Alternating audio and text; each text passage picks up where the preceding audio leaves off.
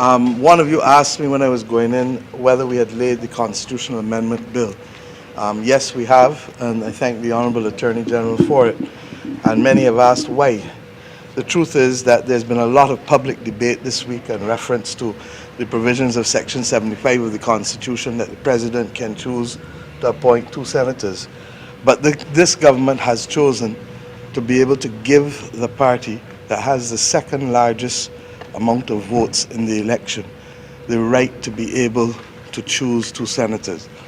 And in spite of the fact that the President of the Democratic Party says he needs nothing from me and I can't offer him anything, let us be very clear. We are thankful to the people of Barbados for the mandate that they've given this government. It is as comprehensive and complete a mandate as possible. But we believe that we have an obligation to our democracy and to the deepening and protection of our democracy to be able to afford the opportunity to the party receiving the second highest number of votes, the opportunity to not just appoint 2 senators, but if persons were reflecting and knew what they were talking about, they would know that what is at stake is not just simply the appointment of 2 senators. What is at stake as well is the appointment of a number of commissions under the Constitution, from the Electoral and Boundaries Commission that will come up during the course of the next 5 years, to the various services commission, the Administrative and General Services Commission, the Protective Services Commission, the Judicial Legal Services Commission, and a whole host of others. Now, under the current provisions of the Constitution, Section 75, it would mean that I would have the right as Prime Minister to choose all of those people. And as much as I know that I will do it in fairness and to protect the public interest, I do not believe that I should do so. And to that extent, therefore, we are going to afford them the opportunity to not only be able to choose the 2 senators, but by extension, to be able to have a say in the appointment of the different commissions. Now, why does this matter? This is the 3rd time that this government is reducing, and that I have chosen willingly to reduce the powers of a Prime Minister. The first one was in the selection of judges and a Chief Justice. And we passed the Judicial Advisory Appointments Act, which has a set committee that advises me, rather than me choosing arbitrarily who should be a judge and who should be Chief Justice. The second time was with respect to the amendments to the Constitution for the election of a president. Hitherto, every one of the 7 Prime Ministers of Barbados chose, in their own deliberate choice, without consultation really, or without consent and advice rather, I should say, the person who should have been the head of state in terms of Governor General. We've changed that and given the power to Parliament.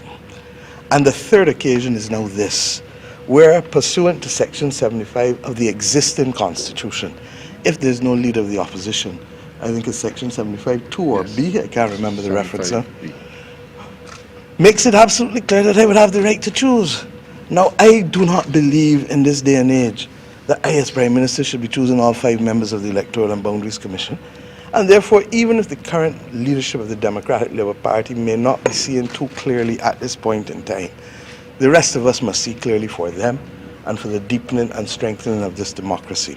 And to that extent, therefore, they will have the opportunity. It is up to them to refuse.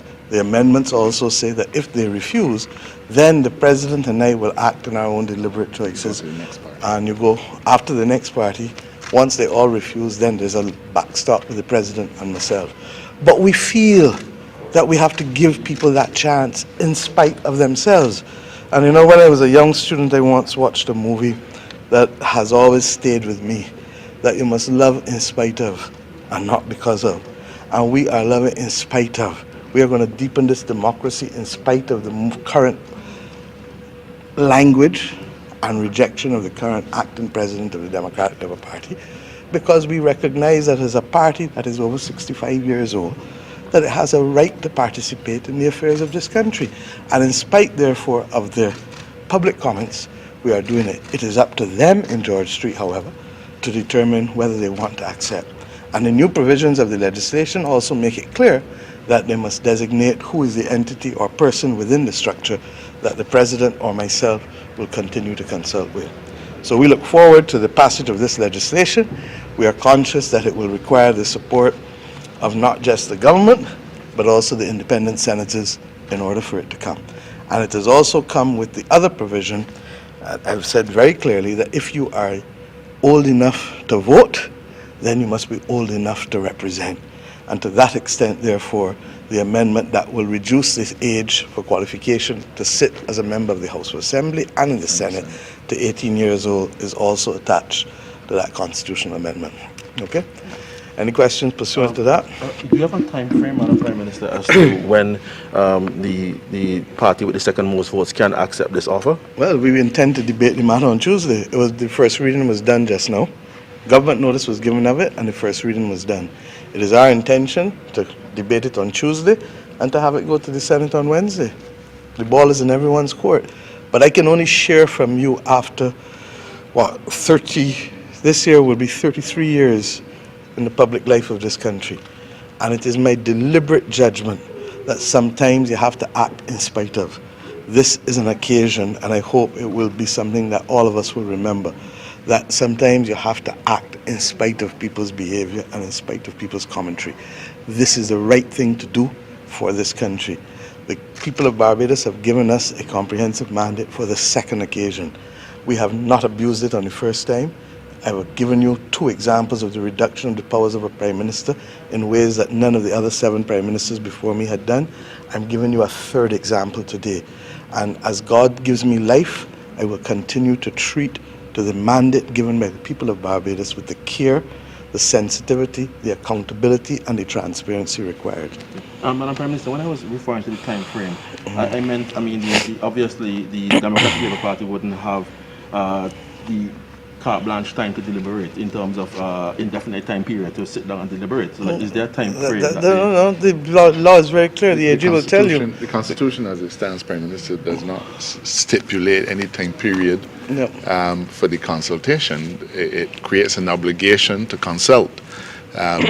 We've always operated on the basis of consulting within a reasonable time, but that's why we stipulate in the amendment that if that party refuses to either facilitate the consultation or to participate in the consultation, then Her Excellency, or the Prime Minister as the case may be, will go to the next party that achieves the next highest number of votes. And when we exhaust that, then unfortunately you must act, and it is at that point that you would then rely on your own discretion. Which is the current situation under Section 75 now. But as I said, I do not feel that this country, and I know that the people of Barbados will agree with me, that I should not have the right to appoint all 5 members of the Electoral and Boundaries Commission when it comes up. And I should not have the right to just appoint all members of the Services Commission without consulting the other side on, or the party that got the other votes. This is the right thing to do. And let's settle down and do the right thing, give the right example to our people, and recognize that Barbados remains a multi-party democracy. But yes, it has chosen to give one party all the votes on 2 occasions, all the seats on 2 occasions. But it does not change from the fact that we are a multi-party democracy. Okay? Thank you very much. Thank you.